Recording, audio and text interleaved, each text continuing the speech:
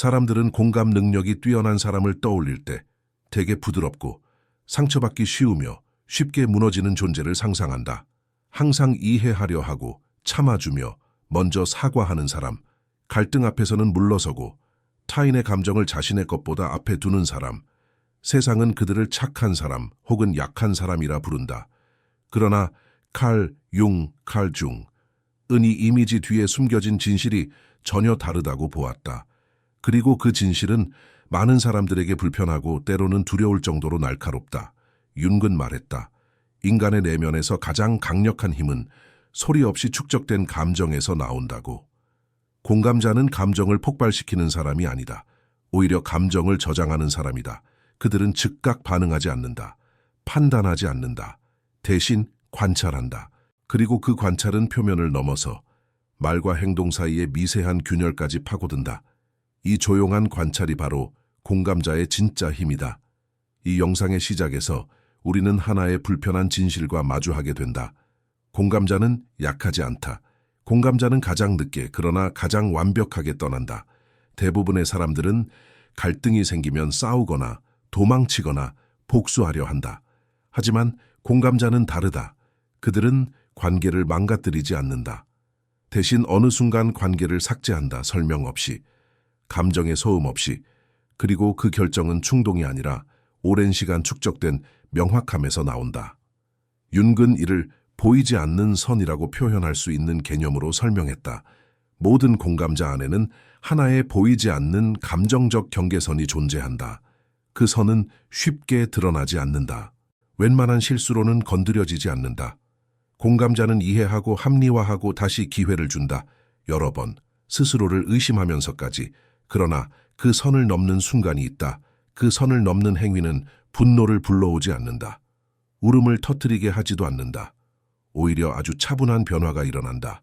감정이 식고 기대가 사라지며 에너지가 철회된다. 그때부터 공감자는 더 이상 싸우지 않는다. 설득하지도 않는다. 애써 설명하지도 않는다. 그들은 끝을 선택한다. 이 점이 많은 사람들을 혼란스럽게 만든다. 어제까지만 해도 괜찮아 보였는데 아무 말도 안 했잖아. 왜 이렇게 차가워졌지? 하지만 진실은 다르다. 공감자는 갑자기 떠나지 않는다. 그들은 오래전부터 떠날 준비를 하고 있었을 뿐이다. 수많은 작은 순간들, 반복되는 미묘한 어긋남, 설명되지 않는 불편함들이 그들 안에서 조용히 기록되고 있었던 것이다. 그리고 그 기록이 하나의 결론에 도달했을 때 더 이상 관계를 유지하는 것은 자기 자신을 배신하는 일이 된다. 융의 심리학에서 이것은 단순한 이별이나 단절이 아니다. 이것은 자기 보존의 본능, 더 정확히 말하면 개성화, 인디비주에이션의 시작이다. 공감자는 타인을 이해하는 능력만큼이나 자기 자신을 잃기 쉬운 존재다. 그렇기 때문에 그들이 내리는 단 하나의 가장 강력한 결정은 더 이상 자신을 파괴하는 관계에 머물지 않겠다는 선택이다. 이 영상이 다루는 핵심은 바로 이것이다. 공감자가 절대 용서하지 않는 단 하나의 감정적 오류. 그 오류는 폭력도 배신도 단순한 거짓말도 아니다. 그것은 훨씬 더 조용하고 훨씬 더 치명적인 것이다. 그리고 그 진실을 이해하는 순간 당신은 더 이상 공감자를 약한 사람으로 볼 수 없게 될 것이다. 슈퍼 공감자는 단순히 감정을 잘 느끼는 사람이 아니다. 그들은 감정을 읽는 사람이다. 공기의 온도처럼, 말의 여백처럼, 표정 뒤에 숨은 긴장처럼 누군가는 지나쳐버리는 미세한 변화들을 그들은 거의 본능적으로 포착한다. 이것은 감수성이 아니라 오래 훈련된 내적 레이더에 가깝다. 융의 관점에서 보면 슈퍼 공감자는 외부 세계보다 무의식의 흐름에 더 민감한 인간 유형이다. 그들은 말보다 행동을 믿고 선언보다 반복을 본다. 누군가가 무엇을 말하는지보다 말과 행동 사이에 얼마나 간극이 있는지를 본다. 그리고 그 간극은 거짓의 시작이자 불일치의 신호다. 중요한 점은 슈퍼 공감자가 이 모든 것을 즉시 드러내지 않는다는 것이다. 그들은 곧바로 지적하지 않는다. 의심을 표출하지도 않는다. 대신 조용히 저장한다. 감정의 데이터, 관계의 패턴, 반복되는 어긋남들을 마음속 깊은 곳에 기록한다. 이것은 계산이 아니라 생존 방식이다. 과거에 너무 많이 상처받았던 사람일수록 즉각적인 반응 대신 관찰을 선택하게 된다. 이 침묵은 종종 오해를 낳는다. 주변 사람들은 그들을 괜찮은 사람, 다 이해해주는 사람, 아무 문제 없는 사람으로 착각한다. 그러나 그 고요함 아래에서는 이미 수많은 판단이 진행되고 있다. 슈퍼 공감자의 뇌는 감정적 사건을 단순히 느끼는 것이 아니라 분석한다. 왜 이런 말이 나왔는지, 왜 이 타이밍인지, 왜 지금 이런 태도가 반복되는지. 이 모든 질문이 말없이 축적된다. 융은 이런 유형의 인간을 외부보다 내부에서 더 치열하게 살아가는 존재로 보았다. 그들의 싸움은 밖에서 일어나지 않는다. 안에서 일어난다. 이 사람을 이해해야 할까? 아니면 나 자신을 보호해야 할까라는 질문이 끊임없이 반복된다. 그리고 이 질문은 쉽게 결론에 도달하지 않는다. 슈퍼 공감자는 관계를 쉽게 포기하지 않기 때문이다. 그들은 스스로를 의심한다. 내가 예민한 걸까? 내가 과민 반응하는 건 아닐까? 이 자기 의심은 공감자의 미덕처럼 보이지만 동시에 가장 큰 취약점이 된다. 왜냐하면 이 틈을 파고드는 사람들이 있기 때문이다. 자신의 행동을 돌아보기보다 공감자의 인식을 문제 삼는 사람들, 바로 여기서 관계의 균형은 서서히 무너지기 시작한다. 그러나 잊지 말아야 할 사실이 있다. 슈퍼 공감자의 관찰은 결코 무작위가 아니다. 그들의 감각은 오랜 경험을 통해 정교해졌다. 반복되는 패턴을 본 사람만이 패턴을 믿게 된다. 그래서 그들이 한번 결론에 도달하면 그 결론은 감정이 아니라 명확성에 가깝다. 슈퍼 공감자는 쉽게 화내지 않는다. 쉽게 떠나지도 않는다. 하지만 그들은 한 번 본 것을 부정하지 않는다. 그리고 바로 이 지점에서 그들이 절대 용서하지 않는 단 하나의 오류가 서서히 모습을 드러내기 시작한다. 슈퍼 공감자가 관계를 끝내게 만드는 결정적 이유는 사람들이 흔히 생각하는 배신이나 거짓말이 아니다. 한 번의 실수도 아니다. 그들이 절대 용서하지 않는 것은 훨씬 더 깊고 훨씬 더 파괴적인 행위다. 바로 진짜 신뢰를 지속적으로 훼손하는 패턴. 특히 감정적 조작과 현실 왜곡이다. 슈퍼 공감자는 거짓말 하나에 관계를 끊지 않는다. 그들은 이해하려 한다. 맥락을 찾고 이유를 붙이고 상대의 입장에서 생각해 보려 한다. 하지만 문제가 되는 것은 반복이다. 상대가 계속해서 공감자의 감정을 축소하고 무시하고 왜곡할 때 공감자의 내면에서는 아주 위험한 균열이 생기기 시작한다. 이 오류의 핵심은 단순한 거짓이 아니다. 그것은 공감자에게 이렇게 말하는 행위다. 네가 느끼는 건 틀렸다. 네가 본 것은 사실이 아니다. 네가 느끼는 불편함은 네 문제다. 이 말들이 반복될수록 공감자는 점점 더 자기 자신을 의심하게 된다. 자신의 직관을 믿지 못하게 되고 감각을 억누르게 된다. 융은 이것을 가장 깊은 형태의 심리적 침해로 보았다. 왜냐하면 이는 타인을 속이는 것이 아니라 타인의 내적 현실을 붕괴시키는 행위이기 때문이다. 감정 조작자는 교묘하다. 그들은 노골적으로 공격하지 않는다. 대신 부드러운 말과 합리적인 어조로 공감자의 인식을 흐린다. 네가 너무 예민한 거야. 그건 네가 오해한 거야. 나는 그런 의도가 아니었어. 이런 말들은 겉보기에는 평온하지만 반복될수록 공감자의 중심을 조금씩 갉아먹는다. 슈퍼 공감자는 처음에는 자신을 탓한다. 내가 너무 깊이 느끼는 걸까? 내가 문제를 크게 만드는 건 아닐까? 이 자기 검열은 공감자의 선함에서 비롯되지만 동시에 가장 위험한 함정이 된다. 왜냐하면 그 순간부터 관계의 현실은 더 이상 공동의 것이 아니라 조작자의 서사로 재구성되기 시작하기 때문이다. 융의 관점에서 보면 이 과정은 자아와 자기 셀프 사이의 연결을 끊는 행위다. 공감자가 자신의 감각을 믿지 못하게 되는 순간 그는 외부의 해석에 의존하게 된다. 이것이 바로 심리적 지배의 시작이다. 그리고 슈퍼 공감자는 이 지점까지 오기 전에 이미 수많은 경고 신호를 감지하고 있다. 중요한 사실은 이것이다. 슈퍼 공감자는 속지 않는다. 다만 확인하려 할 뿐이다. 그들은 상대에게 기회를 준다. 스스로의 인식이 틀렸다는 증거를 찾으려 한다. 하지만 패턴은 결국 드러난다. 말은 변해도 행동은 반복되기 때문이다. 그 순간 공감자의 내면에서는 아주 조용한 결정이 내려진다.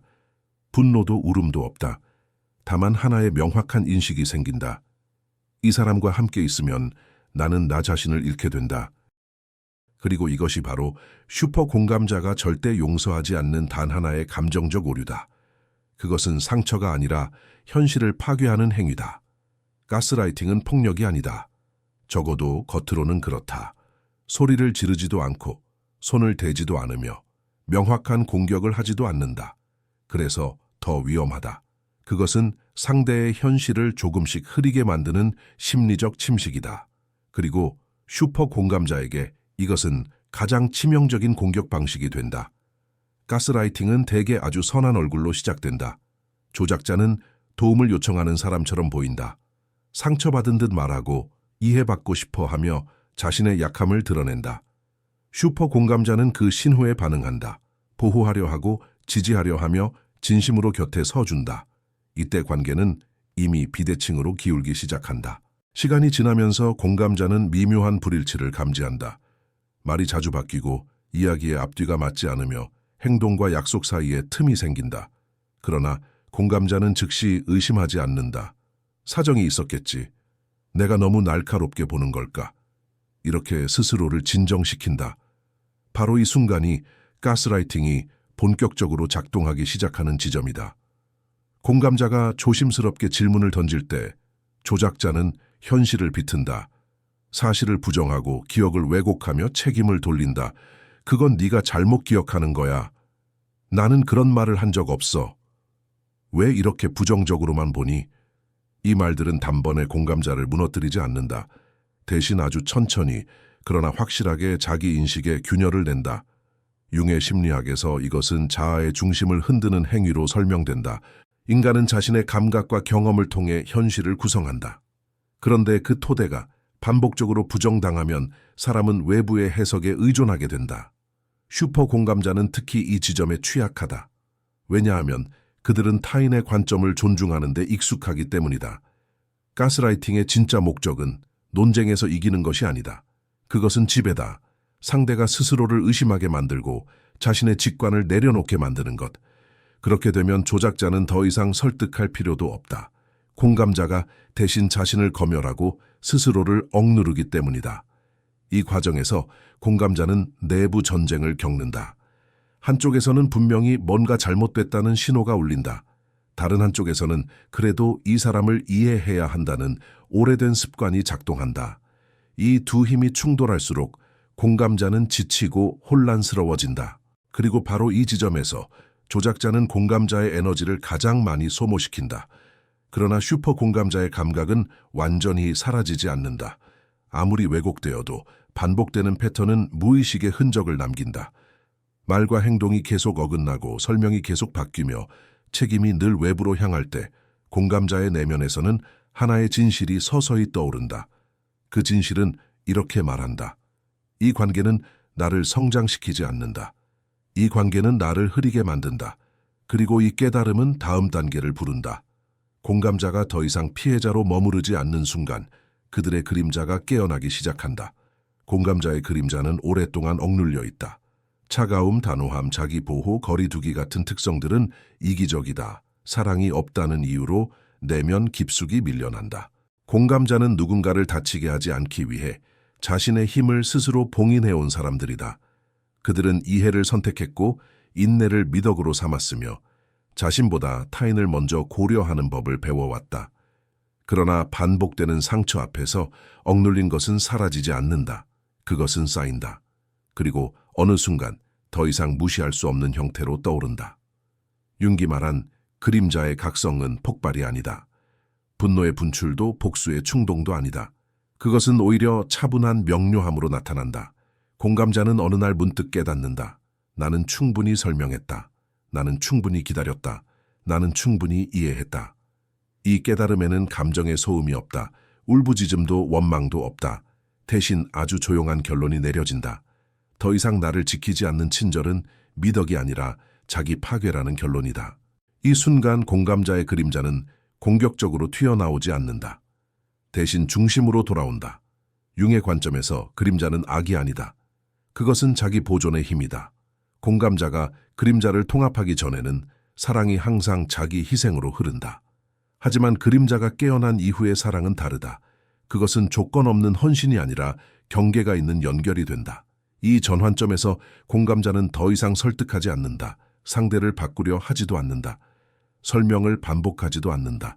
그들은 상대의 가능성보다 자신의 평온을 우선하기 시작한다. 이 변화는 외부에서 보면 차가움처럼 보일 수 있다. 하지만 실제로는 가장 건강한 형태의 성숙이다. 그림자가 통합된 공감자는 공격적이지 않다. 대신 단단하다. 그들은 말 대신 행동으로 선택한다. 더 이상 감정의 토론에 에너지를 쓰지 않고 반복되는 패턴에 이유를 붙이지 않는다. 명확해진 것은 단 하나다. 나를 흐리게 만드는 관계는 더 이상 나의 책임이 아니라는 사실이다. 이때부터 공감자의 에너지는 바깥으로 흘러나가지 않는다. 안으로 회수된다. 기대가 줄어들고 집착이 사라지며 설명해야 할 필요가 없어지면서 관계의 무게가 가볍게 느껴진다. 이것이 바로 그림자가 선두에 서기 시작한 신호다. 그리고 이 변화는 곧 외부에서 가장 충격적으로 보이는 행동으로 이어진다. 소리 없는 단절, 설명 없는 거리, 완전한 감정의 철회. 다음 단계에서 우리는 많은 사람들이 잔인하다고 오해하는 공감자의 가장 유명한 행동, 그러나 공감자에게는 생존의 기술인 완전한 문 닫기에 대해 마주하게 된다.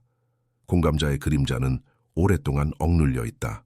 차가움, 단호함, 자기 보호, 거리두기 같은 특성들은 이기적이다, 네게 사랑이 없다는 이유로 내면 깊숙이 밀려난다. 공감자는 누군가를 다치게 하지 않기 위해 자신의 힘을 스스로 봉인해온 사람들이다. 그들은 이해를 선택했고 인내를 미덕으로 삼았으며 자신보다 타인을 먼저 고려하는 법을 배워왔다. 그러나 반복되는 상처 앞에서 억눌린 것은 사라지지 않는다. 그것은 쌓인다.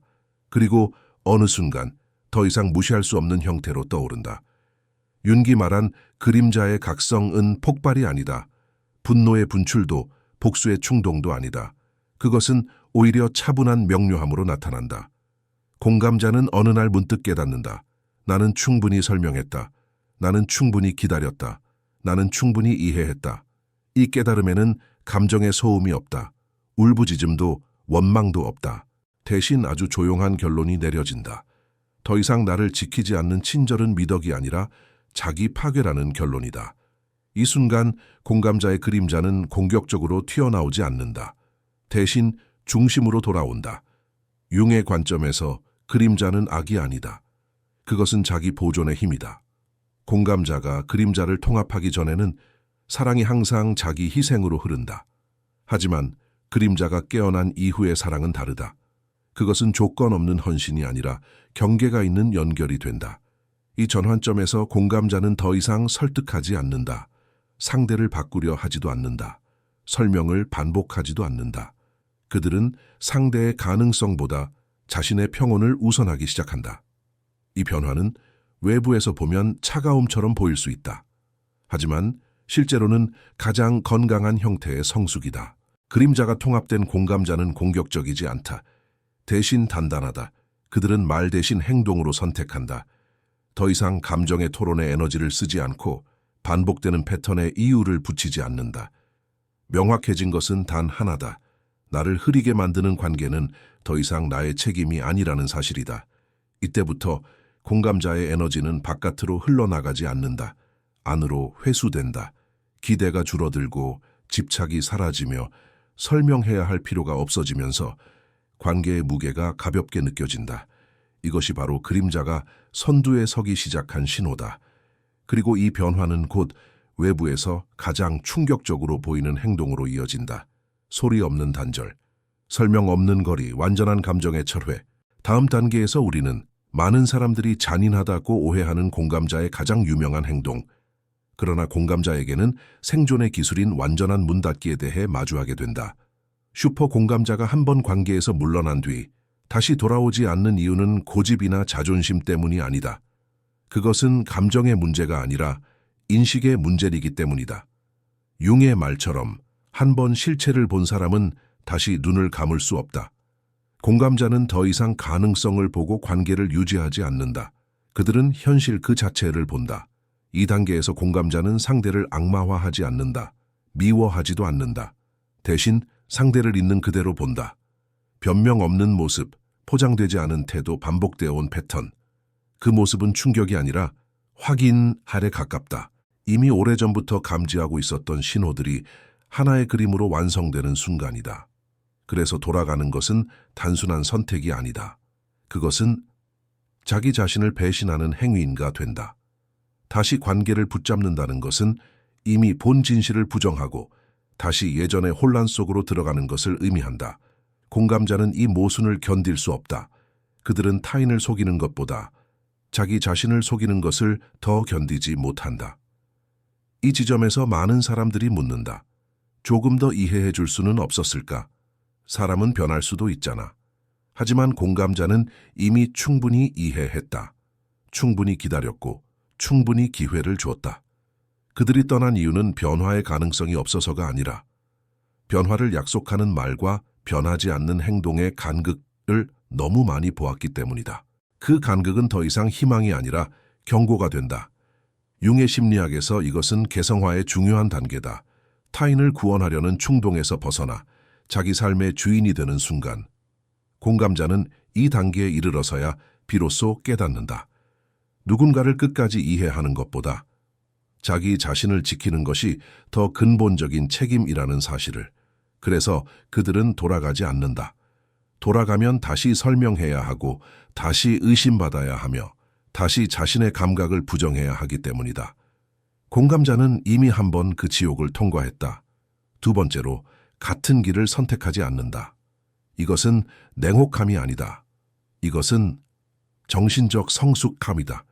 그리고 바로 이 성숙이 공감자를 더 이상 조작의 대상이 아닌 자기 삶의 주체포로 만든다. 다음 단계에서 우리는 이 모든 과정을 거친 공감자 내부에서 어떤 변화가 일어나는지, 그들이 어떻게 하나의 새로운 상태로 이동하는지를 보게 된다. 그것은 붕괴가 아니라 변형이다. 공감자의 변화는 갑작스럽지 않다. 그것은 한순간의 결단이 아니라 여러 층위를 거쳐 진행되는 내부의 이동이다. 겉으로 보기에는 조용하지만 그 안에서는 삶의 방향을 바꾸는 깊은 재구성이 일어난다. 융의 개성화 과정처럼 이 변화는 반드시 단계를 거친다. 첫 번째 단계는 감지다. 말로 설명하기 어려운 불편함이 나타난다.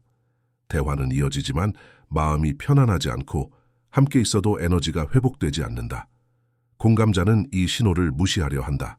기분 탓일 거야. 요즘 내가 예민한가 봐. 그러나 이 감지는 반복된다. 그리고 반복되는 감지는 더 이상 우연이 아니다. 두 번째 단계는 의심의 내면화다. 공감자는 문제의 원인을 자기 안에서 찾는다. 내가 기대가 너무 큰 걸까? 내가 상대를 잘못 이해하고 있는 건 아닐까? 이 질문들은 겸손처럼 보이지만 동시에 자기 현실을 흔드는 시작점이 된다. 이 시기 공감자는 관계를 지키기 위해 스스로를 축소한다. 세 번째 단계는 시험이다. 공감자는 마지막으로 한 번 더 기회를 준다. 말이 아니라 행동을 본다. 약속이 지켜지는지, 태도가 변하는지, 책임이 회피되지 않는지. 이 단계는 무의식적인 실험이다. 정말로 변화가 가능한가? 라는 질문에 대한 최종 확인이다. 네 번째 단계는 인식의 수용이다. 변화가 없다는 사실, 패턴이 반복된다는 사실을 더 이상 부정하지 못하는 순간이 온다. 이때 공감자는 슬퍼하지만 혼란스럽지 않다. 왜냐하면 진실이 명확해졌기 때문이다. 아픔은 있지만 더 이상 헷갈리지는 않는다. 다섯 번째 단계에서 그림자가 전면에 선다. 차가움, 거리두기, 감정의 절제는 더 이상 죄책감의 대상이 아니다. 이것은 방어가 아니라 균형이다. 공감자는 이제 모든 감정을 다 느끼되 모두에게 내주지 않는다. 선택이 생긴다. 마지막 단계는 해방이다. 공감자는 이해를 멈추는 것이 아니라 자기 자신을 먼저 이해한다. 공감은 사라지지 않는다. 다만 방향이 바뀐다. 타인을 살리기 위해 자신을 잃는 대신 자신을 지키며 세상을 바라본다. 이때 공감은 약점이 아니라 지혜가 된다. 융의 관점에서 보면 이 모든 과정은 하나의 성취로 이어진다. 공감자는 더 이상 관계에 휘둘리지 않는다. 그들은 감정을 느끼지만 감정에 지배당하지 않는다. 이것이 바로 공감자가 완전한 개인으로 이동하는 순간이다. 그리고 이 변화는 새로운 힘을 낳는다. 공격이 아닌 명료함, 집착이 아닌 무심함, 갈등이 아닌 중심. 다음 단계에서 우리는 이 새로운 상태가 어떻게 공감자의 삶을 근본적으로 바꾸는지를 보게 된다. 공감자가 겪는 가장 큰 변화는 더 강해졌다는 느낌이 아니다. 오히려 덜 흔들린다는 감각이다. 이전에는 관계 속에서 끊임없이 감정을 조율하고 상대의 기분을 살피며 상황을 부드럽게 만들기 위해 자신을 조정했다. 그러나 내부 변형을 거친 이후 공감자는 더 이상 그 역할을 맡지 않는다. 중심이 바깥에서 안으로 이동했기 때문이다. 이 단계에서 공감자는 중요한 사실을 배운다. 아니요 라고 말하는 것이 잔인함이 아니라는 것, 떠나는 것이 패배가 아니라는 것, 침묵이 공격이 아니라 보호라는 것. 융의 관점에서 이것은 힘의 전환이다. 이전의 힘이 관계를 유지하기 위한 에너지였다면 이제의 힘은 자기 일관성을 유지하는 힘이다. 공감자는 더 이상 상대를 통제하려 하지 않는다. 설명으로 설득하지도 않는다. 그들은 단지 자신의 기준에서 벗어난 것에 반응하지 않는다. 이때 나타나는 감정이 바로 무관심이다. 많은 사람들이 무관심을 냉혹함으로 오해하지만 실제로 무관심은 회복의 신호다. 미움이 남아있는 한 관계는 여전히 마음속에 살아있다. 그러나 무관심은 다르다. 그것은 감정의 에너지가 완전히 회수되었음을 의미한다. 더 이상 반응할 이유가 없다는 상태다. 공감자는 이 무관심 속에서 평온을 경험한다.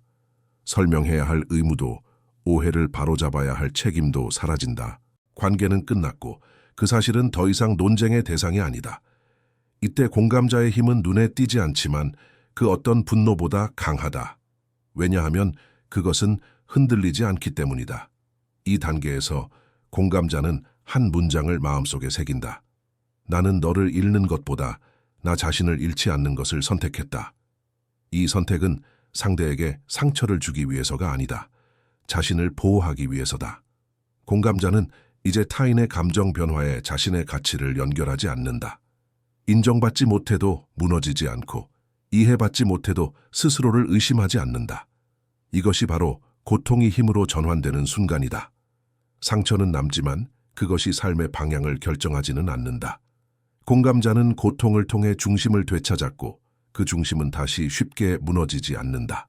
그리고 이 새로운 힘은 다음 단계에서 더 분명한 형태로 드러난다. 왜 이 관계의 파괴가 공감자에게는 용서할 수 없는 경계를 넘은 일이었는지, 그 이유가 이제 명확해질 것이다. 슈퍼 공감자가 어떤 행동을 절대 용서하지 않는다고 말할 때 그것은 분노의 언어가 아니다. 그것은 경계의 언어다. 공감자는 보복하지 않는다. 대신 분명히 안다. 어떤 선을 넘는 순간 그 관계는 더 이상 회복의 대상이 아니라는 것을. 이 지점에서 많은 사람들이 오해한다. 용서하면 되지 않나? 사람은 누구나 실수할 수 있잖아. 그러나 공감자가 마주한 것은 단순한 실수가 아니다. 그것은 내면 세계에 대한 침입이다. 반복적인 가스라이팅은 관계의 문제가 아니라 존재의 문제다.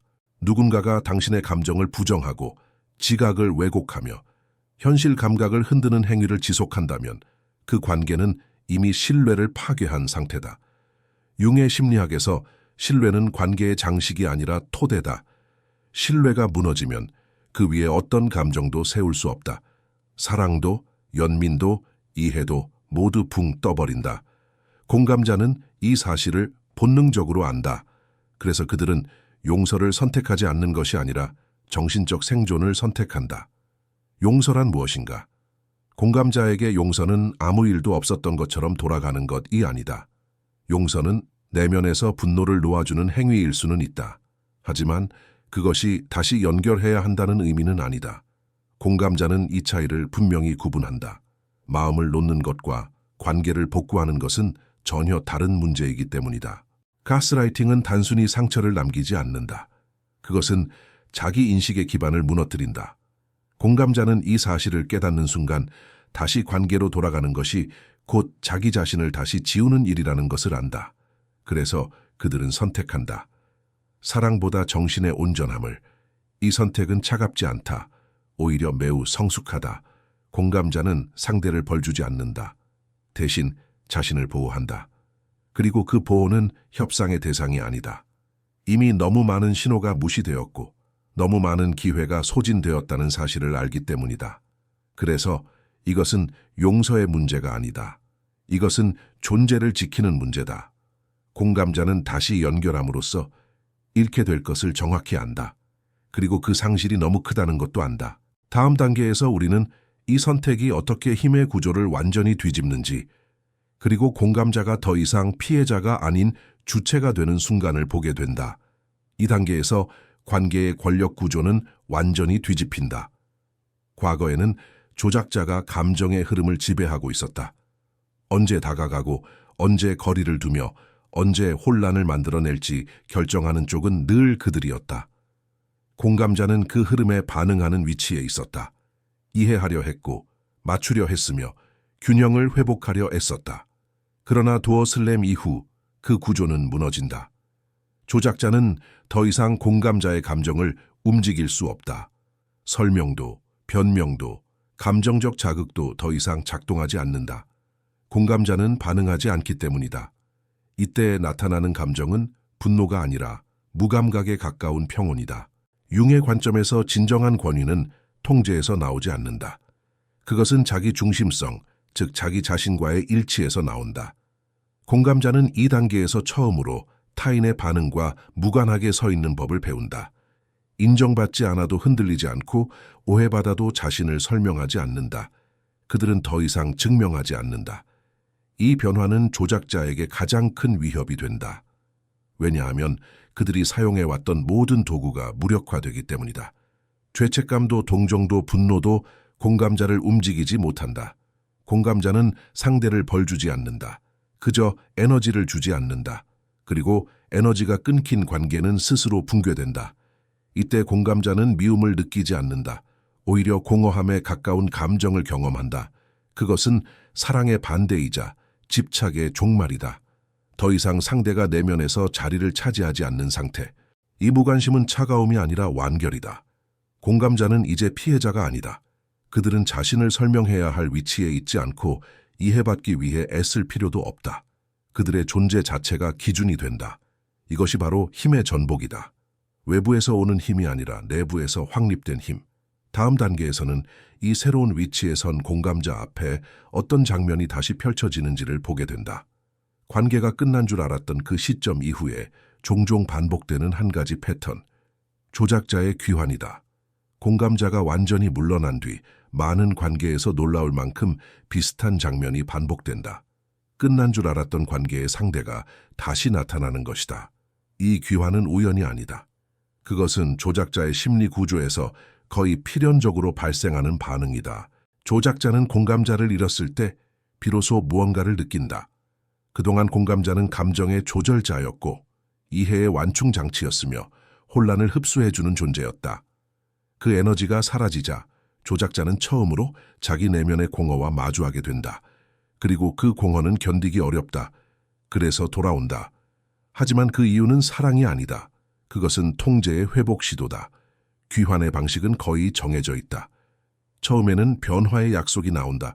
이제는 알겠다. 다시는 그러지 않겠다. 이어서 죄책감을 자극하는 말이 따라온다. 네가 얼마나 중요한지 이제야 알았다. 그 다음에는 과거의 좋은 기억을 소환한다.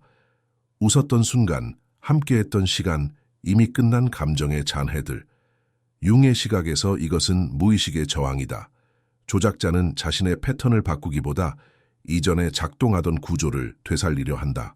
왜냐하면 진짜 변화는 고통을 요구하기 때문이다.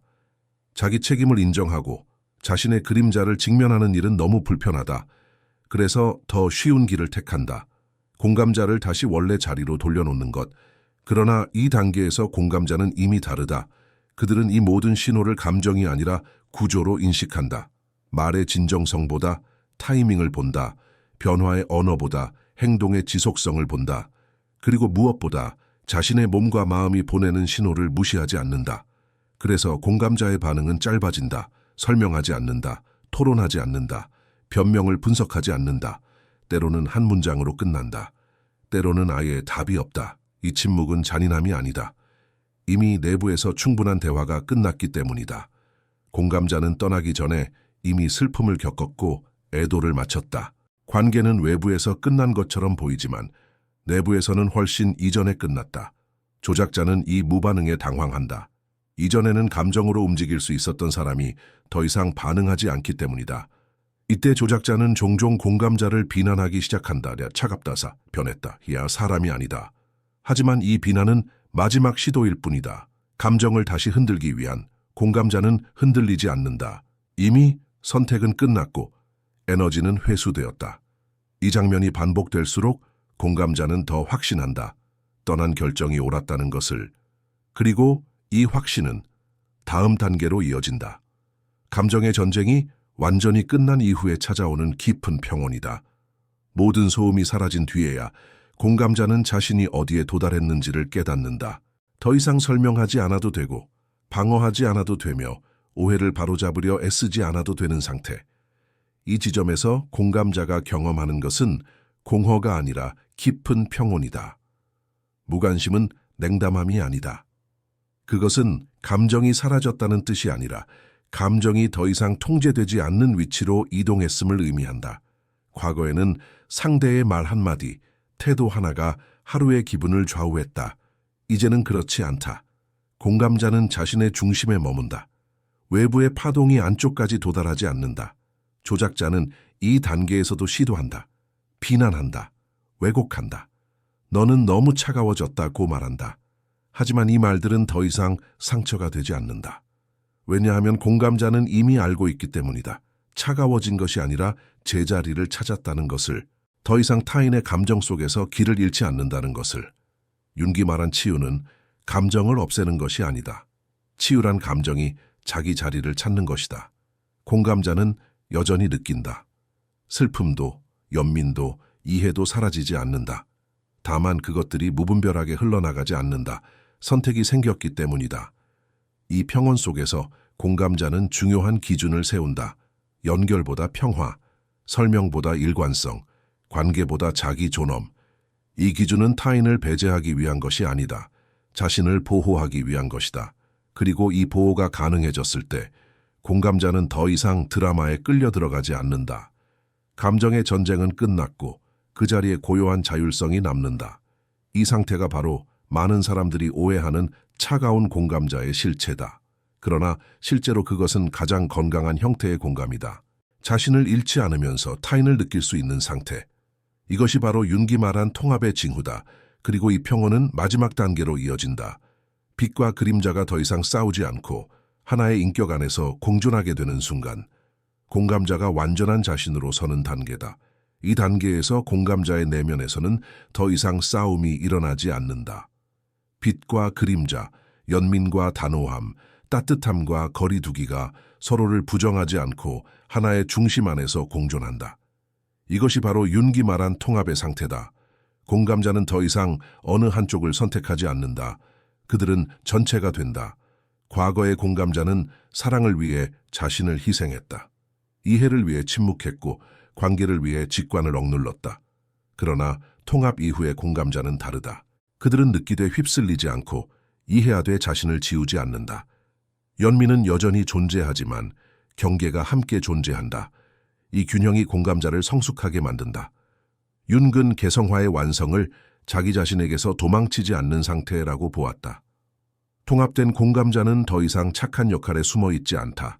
동시에 냉혹함 뒤에 숨지도 않는다. 그들은 상황에 따라 반응하는 것이 아니라 자기 기준에 따라 선택한다. 이것이 자유다. 이 단계에서 공감자는 중요한 구분을 배운다. 용서는 돌아감을 의미하지 않는다. 이해는 다시 연결해야 한다는 의무가 아니다. 그들은 마음속에서 분노를 내려놓을 수는 있다. 하지만 그와 동시에 다시 같은 문을 열지 않을 권리도 존중한다. 이 선택에는 죄책감이 없다. 왜냐하면 통합된 공감자는 알고 있기 때문이다. 자신을 보호하는 것은 이기심이 아니라 책임이라는 것을. 통합은 관계의 종말을 의미하지 않는다. 오히려 더 건강한 관계의 시작이다. 공감자는 이제 자신을 잃게 만드는 연결을 직관적으로 피하고 서로의 경계를 존중할 수 있는 관계에만 에너지를 쓴다. 그 결과 관계의 수는 줄어들 수 있다. 그러나 깊이는 훨씬 깊어진다. 이 상태에서 공감자는 강하지만 공격적이지 않고 부드럽지만 흔들리지 않는다. 그들은 선택적으로 열린다. 모든 문을 열어두지 않기 때문에 열어둔 문은 진짜가 된다. 이것이 바로 공감자가 온전해졌다는 신호다. 그리고 이제 마지막 단계가 남아있다. 승리도 복수도 아닌 조용한 선택으로 완성되는 결말. 공감자가 스스로를 선택하는 순간이다. 공감자가 마지막에 도달하는 곳은 화려한 해방도 극적인 반전도 아니다. 그곳에는 박수도 없고 증명할 상대도 없다. 대신 아주 단순하고 고요한 상태가 있다. 자기 자신과 함께 서 있는 상태다. 공감자는 더 이상 누군가를 구하려 하지 않는다. 누군가의 상처를 자신의 사명처럼 짊어지지도 않는다. 그들은 마침내 깨닫는다. 타인을 끝까지 이해하려다 자신을 잃는 것은 사랑이 아니라 자기 부정이었다는 사실을. 그리고 이 깨달음은 비난이나 분노가 아닌 깊은 책임감으로 다가온다. 이 단계에서 공감자는 승패의 언어를 쓰지 않는다. 이겼다거나 복수했다는 감각은 없다. 대신 하나의 조용한 확신이 자리 잡는다. 나는 나를 버리지 않았다는 확신이다. 그 확신은 어떤 인정보다 강하고 어떤 관계보다 오래 남는다. 윤기 말한 개성화의 핵심은 타인과의 분리가 아니다. 그것은 자기 자신과의 재결합이다. 공감자는 이 여정 끝에서 다시 자기 곁으로 돌아온다. 감정, 직관, 경계, 연민이 하나의 중심 안에서 정렬된 상태. 더 이상 쪼개지지 않은 자신이다. 이제 공감자는 선택한다. 연결을 선택할 수도 있고 거리를 선택할 수도 있다. 머무를 수도 있고 떠날 수도 있다. 중요한 것은 그 선택이 두려움이 아니라 명료함에서 나온다는 점이다. 이것이 바로 조용한 승리다. 아무것도 파괴하지 않았지만 자기 자신을 온전히 지켜낸 상태. 마지막으로 스스로에게 질문해보라. 당신은 이미 그 내부의 클릭을 느낀 적이 있는가? 타인을 붙잡는 대신 자신을 선택해야 한다는 순간을 만난 적이 있는가? 이 질문에 대한 답은 서두를 필요가 없다. 공감자의 길은 언제나 조용히 진행된다. 그러나 한번 시작되면 되돌아갈 수는 없다. 왜냐하면 그 길은 자기 자신에게로 가는 길이기 때문이다. 그리고 그 선택을 한 순간 공감자는 비로소 진정으로 깨어난다.